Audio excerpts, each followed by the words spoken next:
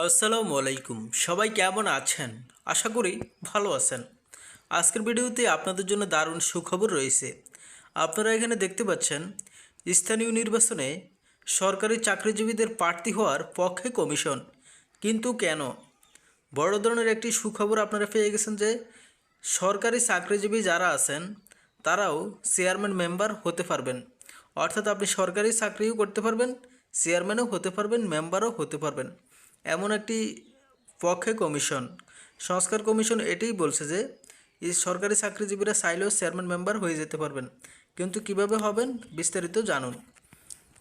তো আপনারা জানেন যে 5ই আগস্টের পর অনেক চেয়ারম্যান মেম্বার চেয়ারম্যান কার্যালয়ে যাচ্ছেন না, সেজন্য চেয়ারম্যান কার্যালয়গুলো শূন্য হয়ে আছে।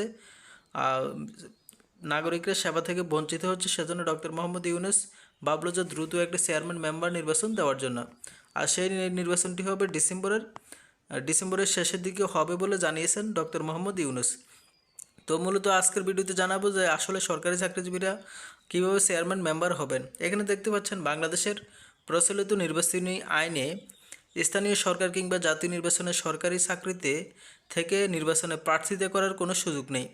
তবে বর্তমান স্থানীয় সরকার সংস্কার কমিশন যেসব সুপারিশ করার কথা ভাবছে সেখানে সরকারি চাকরিজীবীরাও নির্বাচনে প্রার্থী হওয়ার সুযোগ পেতে পারেন। কারণ হিসেবে সংস্কার কমিশন বলেছেন, বর্তমানে স্থানীয় সরকার প্রতিষ্ঠানে যারা নির্বাচিত হন তাদের অনেকেই শিক্ষাগত যোগ্যতার দিক থেকে পিছিয়ে থাকে। তাছাড়া অনেক জনপ্রতিনিধি বিষয়টিকে পেশা হিসেবে বেছে নেয়। এতে করে সেবার মান যেমন কমে স্থানীয় সরকার প্রতিষ্ঠানগুলোতে, তেমনি অনেকে জড়িয়ে পড়েন দুর্নীতিতে। বিবিসি বাংলা এক সাক্ষাৎকারে বলেন, প্রার্থী হওয়ার ক্ষেত্রে বার উঠিয়ে নেওয়ার হবে। সরকারি ও বেসরকারি চাকরিজীবীরা সবার ক্ষেত্রে বার উঠিয়ে দেওয়া হবে। সবাই নির্বাচন করতে পারবে। তিনি মনে করেন এতে শিক্ষিত ও ভালো কাউন্সিলর পাওয়ার সুযোগ পাবে স্থানীয় সরকার প্রতিষ্ঠানগুলো। অর্থাৎ 5ই আগস্টের আগে অথবা বিগত নির্বাচনে সরকারি চাকরিজীবীরা বেসরকারি চাকরিজীবীরা খুব একটা প্রার্থী হওয়ার সুযোগ ছিল না। সরকারি যে চাকরিজীবীরা যারা আছেন তারা মোটেও নির্বাচনে অংশগ্রহণ করার সুযোগ ছিল না। কিন্তু বর্তমানে সরকারি চাকরিজীবী যারা আছেন তারাও চেয়ারম্যান মেয়র ইলেকশন করতে পারবেন।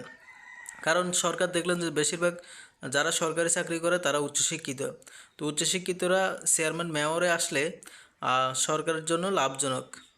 তো আপনারা কি সরকারি চাকরিজীবীদের প্রার্থী চান না কমেন্ট বক্সে জানিয়ে দিন।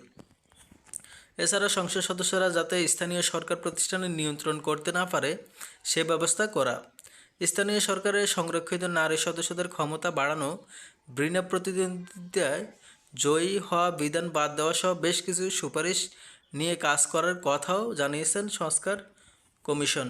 নির্বাচন পদ্ধতি বদলের ইঙ্গিত। বর্তমানে স্থানীয় সরকার নির্বাচনে যে আইন রয়েছে সেখানে শুধুমাত্র জেলা পরিষদ বাদে বাকি সব প্রতিষ্ঠানের জনপ্রতিনিধিরা ওই এলাকায় ভোটারদের সরাসরি ভোটে নির্বাচিত হয়ে থাকেন। গত মাস থেকে স্থানীয় সরকার কমিশন কাজ শুরু করার পর সারা দেশের বিভিন্ন জায়গায় গিয়ে অনেকের মতামত নিয়েছে। কমিশন বলছে, তৃণমূল থেকে নির্বাচন পদ্ধতি ঢেলে সাজাতে যেসব পরামর্শ এসেছে সেখানে কেউ কেউ প্রস্তাব করেছে যে সরাসরি চেয়ারম্যান মেয়র পদে কোনো ভোট না করার। এক্ষেত্রে ওয়ার্ড ভিত্তিক কাউন্সিলর কিংবা মেম্বার নির্বাচিত হওয়ার পর তাদের ভোটেই ওই পরিষদ সদস্যদের ভোটে নির্বাচিত হবে মেয়র কিংবা চেয়ারম্যান। এখানে অনেক মানুষ মতামত দিয়েছে যে যেন মেম্বারদের প্রথমে জনগণ ভোট দেবে, মেম্বাররা চেয়ারম্যানদেরকে ভোট দেবে। অর্থাৎ জনগণের ভোটের প্রয়োজন নেই চেয়ারম্যান অথবা মেয়র হওয়ার জন্য, একমাত্র মেম্বাররা ভোট দিয়ে চেয়ারম্যানদেরকে নির্বাচিত করবেন। তো অধ্যাপক তোফায়েল আহমেদ বলেন, আগের মতো মেয়র নির্বাচন হবে না, আগের কাউন্সিলের মধ্যে ভোট হবে, সবাইকে কাউন্সিলর হতে হবে, সেখান থেকে একজন মেয়র হবেন। এমন সুপারিশের যুক্তি তুলে ধরে তিনি বলেন, এতে করে যেমন একক কর্তৃত্ব বা ক্ষমতা দেখানোর সুযোগ কমবে, তেমনি চাইলে যে কাউকে বরখাস্ত করতে পারবে না স্থানীয় সরকার মন্ত্রণালয়। তখন নির্বাচিত চেয়ারম্যান অথবা মেয়ররা অপসারণ হবে পরিষদের সদস্যদের ভোটে। তবে এই পদ্ধতি কার্যকরে একই দিন স্থানীয় সরকারের সবগুলো প্রতিষ্ঠানে ভোট করার সুপারিশ করার ইঙ্গিত করা হয়েছে। অধ্যাপক আহমেদ বলেন, ইউনিয়ন, উপজেলা, জেলা পরিষেবা, সিটি কর্পোরেশন, পৌরসভা একই দিনে ভোট সম্ভব।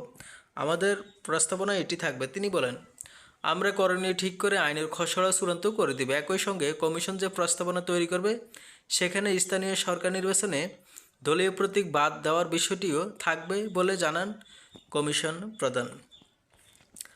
তো দেখতে পাচ্ছেন যে দলীয় প্রতীকে স্থানীয় সরকার নির্বাচন ভোট হওয়াও যেমন প্রশ্নবিদ্ধ হয়েছে, সেই সঙ্গে সহিংসতাও বেড়েছে, যে কারণে দলীয় প্রতীক ছাড়া নির্বাচনের উপর জোর দেন। অর্থাৎ আগামী স্থানীয় নির্বাচনটি হবে দলীয় প্রতীক ছাড়া। সেখানে দানের শীষ অথবা দাঁড়িপাল্লা কোনো ধরনের কোনো কিছু থাকবে না প্রতীক হিসেবে, সেখানে শুধু প্রার্থীর নাম থাকবে। তো আপনারা দেখতে পেলেন যে আসলে অনেক বড় ধরনের একটি সংস্কার নিয়ে এসেছে। আর আপনার মূলত চেয়ারম্যানদের শিক্ষাগত যোগ্যতা করা হয়েছে বিএ পাস। আপনারা কতটুকু শিক্ষাগত যোগ্যতা চান, মেয়র, চেয়ারম্যান, মেম্বার নির্বাচনে কতটুকু শিক্ষাগত যোগ্যতা দরকার, কমেন্ট বক্সে জানিয়ে দিন। আর আমার চ্যানেলটি সাবস্ক্রাইব করে রাখুন।